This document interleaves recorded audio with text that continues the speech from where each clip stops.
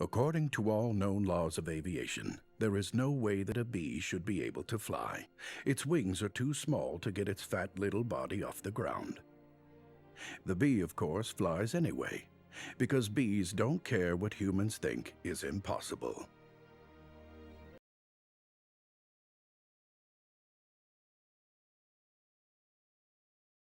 I am Pragmus Omega. And I'm Pragmus Alpha. And we were originally going to have a duel of the critics over this. But then I punched him and he cried. Furthermore, this film isn't worth fighting over. In retrospect, we kind of came to a pretty similar conclusion. And that movie would be the... What are you looking at me weird for? Your hat. What about my hat? That's the wrong hat. That's a different hat. I always wear a hat, I mean... Yes, you do, but not that hat. What do you mean? Well, first off, it's black. Yeah, and? And it's a trilby. Oh, I'm glad you didn't say fedora. A lot of people think it's a fedora. This is a fedora. That is a trilby. You've learned something, audience. Anyway. Thank you. That has been Education with Pragmus. But this hat is worn to symbolize the movie. B-movie! It is a B-movie? Actually, it's more like a D movie. Yeah, more like a D plus to C minus movie. Yeah, if you were nice and wanted a curve, you know. Yeah, if you were on the curve, then it'd be between D plus and C minus. Now that we have a jump cut out of the way, we're going to talk a little bit about why we think this movie works, why we think it doesn't work, and why it kind of teeters on the edge of working and not working. This was a project for Jerry Seinfeld and his writing team, and so Jerry Seinfeld is the main character of the movie. The problem is... Oh, Barry, you are so funny sometimes. I'm not trying to be funny. You're not funny. To be honest with you, this movie had a $150 million budget, and it made back quite a bit of that budget. It was a moderate box office success. Well, it had $287 million gross profit. They made back their money, plus another movie like it. So that was pretty good. That's moderate success in terms of Hollywood success ratios. This show has a lot of talent. It has, or it should at any rate, it has Jerry Seinfeld, it has Renee Zellweger, it has Patrick Warburton. They even got Jim Cummings to do his awesome narrator voice. Indeed. And we even have secondary characters played by Chris Rock and Matthew Broderick. The writing sometimes works, but most of the time is kind of... What did I just watch? Yeah, and it had some serious continuity errors. Is there anything more annoying than continuity errors? I don't know. It's probably one of the most annoying things a film can do, especially when it's an animated feature, and therefore the editor should have been watching for that for however many years it was in production. Yeah, no kidding. I mean, seriously. What could possibly be more annoying than people that are not sticking to the way the script should go? The amount of blatant continuity disregard is just mind-boggling. You come in with certain expectations that certain things will be filled, and they don't. And it's kind of irritating. Anyway, as I was saying, the way that this movie portrays itself is in a little bit of a not-so-humorous light. It feels oftentimes like they're throwing jokes at a bullseye and they're just not hitting all the time. And a few of them hit really well. In fact, I think we counted, 11 jokes that worked really well?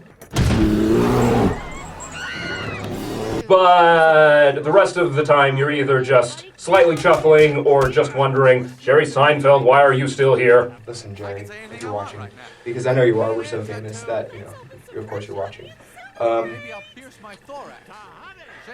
do we put this, Omega? You're not funny. You're not. And it doesn't even feel like you're trying in this situation. I mean, certainly there are times where you try really hard and you make some people laugh, but here it doesn't even feel like you're trying. Your line reads are just feel very lazy. You need to work on your voice acting, Jerry. You sound like you're going through puberty twice.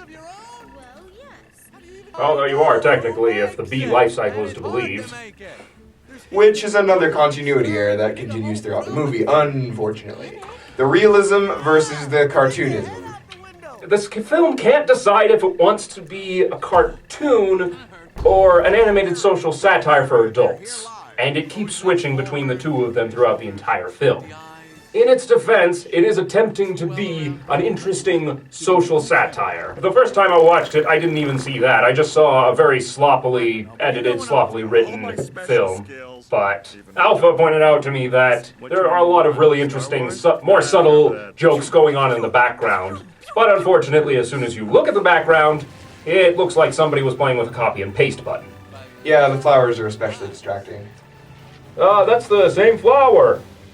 Guys, I see the same flower 100 times! Oh my gosh! That's amazing! How do we do that? Copy and paste! Copy and paste! Yay. There could have been more effort. I wish there was more effort, but it's not too distracting. On the one hand, it's very unique and unpredictable as a kid's film. On the other hand, there's a lot of very derivative things going on in it.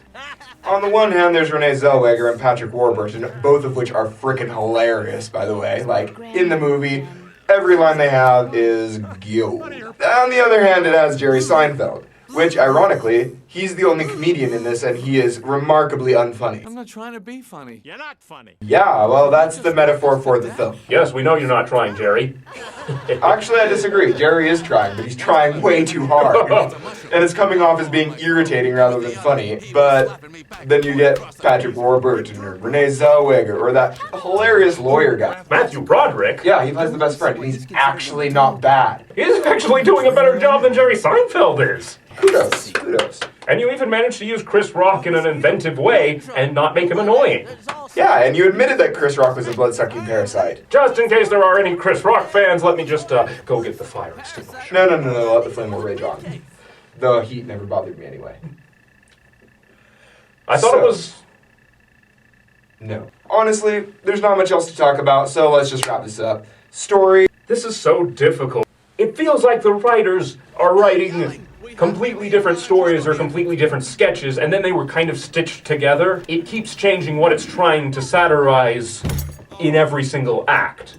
So you have the first act trying to be a social satire of too much efficiency in community, too hard working of a community, and then it changes to trying to satirize the relationship between bees and humans, and oh my goodness. They're trying to develop a romance between Renee Zellweger and a bee. Anyway, this has been That was incredibly awkward. So when we get right down to it, Omega, what's the score? For story? 59.3 out of 100. We honestly can't go any higher than that because it never can decide what it wants to focus on. And the one thing that the film is definitely focusing on is Jerry Seinfeld. Now moving on to the characters, I actually thought the characters were probably the best part of the movie. Besides Jerry Seinfeld. Yeah, so we gave it an 80.7 out of 100. 20 points off for Jerry Seinfeld. He screams every line, it's just not fun to listen to, and it kills the jokes. On the other hand, every single other character, every single other actor seems to own every line they're given. Every single joke from them, even if it's not laugh-worthy, it's still chuckle-worthy. Are you all right? No? You're more than okay, Renee Zellweger. You are hilarious. Thank you for being the saving grace of this movie. And you get Patrick Warburton. That was amazing. I mean, you know, the jealous boyfriend role, he fills it perfectly. They're kind of horrible in a way. Like, Renee Zellweger's a pretty awful girlfriend. If my girlfriend did that, I'd be pretty pissed. All of the secondary characters work because they're excellent exaggerations of cliches and of real people. And now, you can imagine Chris Rock with a crazy straw. This needs to be a thing. Somebody make that a thing. Please, please, please make that a thing. Moving on to animation, which should be really good, it's not. We have to give it 66.7 out of 100 because, honestly, there's way too much copy and paste going on in the background, and there's not a lot of good characterization or real style given to a lot of the human movements or even the bee movements. I feel like the animation in this movie is a low point for DreamWorks because it just feels like there was a lot of budget put into some things, but everything else suffered for it. And the things that suffer are especially the background, which is terrible.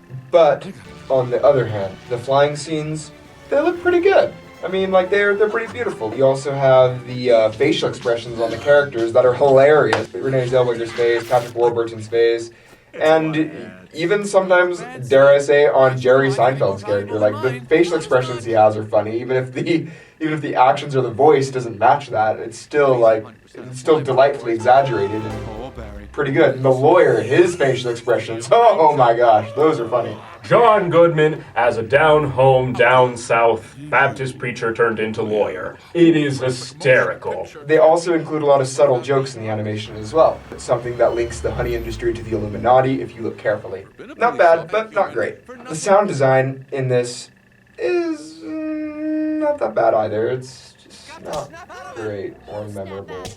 Yeah.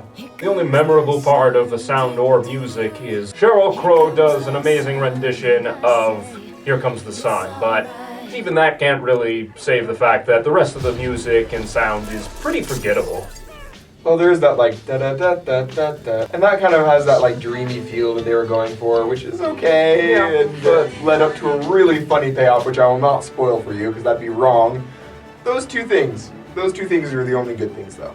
Yeah. Everything else was pretty flat and forgettable. We're gonna say 65 out of 100. Not great, but it's not terrible. It does its job. And that's really all that you needed to do, frankly. I want to commence a rant, but I don't think I could summon the energy. Honestly... Why would you expend the energy? Yeah, That will come later. honestly, as far as the overall quality goes, we all gave it a 70 out of 100 because, well... it's pretty average and run-of-the-mill. There are a lot of unique and unexpected twists that it tries to take, but they don't feel very consistent. Not to mention the fact that half the time it involves real science about bees, but then we'll just go back on it or completely ignore it later on. Like, for example, they bring up queen bees and the fact that bees don't live very long. You can't survive after you sting someone. But as soon as they inconvenience the plot, they're like, oh, wait, what thing? We didn't say anything. You know. Despite the fact that the film overall is very inconsistent, it switches which thing it's trying to satire, it doesn't keep a good focus. And it doesn't know if it's going to be an adult film or a kid's film. Or it doesn't know if it wants to be a social satire or a cartoon. Honestly, it's so inconsistent, and yet because it tries so many out there, completely insane things, the jokes that do work are perfect examples of... absurdist humor is kind of fun. The 11 jokes that are in here work really well because they're so unexpected. The 11 jokes work so well that why not? Rotten Tomatoes, 51% on this because, well... there are some moments that really work. There is a lot of the film that doesn't work. Half the time it's a dull waste of time, and the other half feels like, well, it's chuckle-worthy, but not laugh-worthy. This movie, on average, gets 68.34 out of 100. You may enjoy the humor, you may not. You may be able to look past the continuity, you may not. For example, I personally found the humor to be pretty funny. And I found that the 11 jokes that really worked well, but everything else was just a ho-hum moment for me. So honestly, we're going to give this movie a recommendation to rent. The reason for this is because there are 11 jokes that are absolutely hilarious, and the rest of it is chuckle-worthy, not laugh-worthy, but at least those 11 jokes are worth watching because they're excellent. And it's worth renting just because it's kind of interesting and unique, even if its premise is flawed and its humor is up and down a lot. This isn't really a children's film. If you want to appreciate the humor, give it to between teens and 20s, or as an adult, try and turn off your mind and look past the problems with it. You may be entertained, yeah. And even the celebrity cameos of Sting and Ray Liotta own their scenes. And the lawyer, don't forget the lawyer. Oh, John Goodman, how could I forget you? So, that's it for our review. Thank you for watching. I wish we could say more about this, but the black hole of Jerry Seinfeld has taken away a lot of the potential. We've really beaten up on Jerry Seinfeld. Yeah. And I'd be pretty upset if he didn't deserve it. So, this is Pragmus Alpha. I'm Pragmus Omega. And we're out.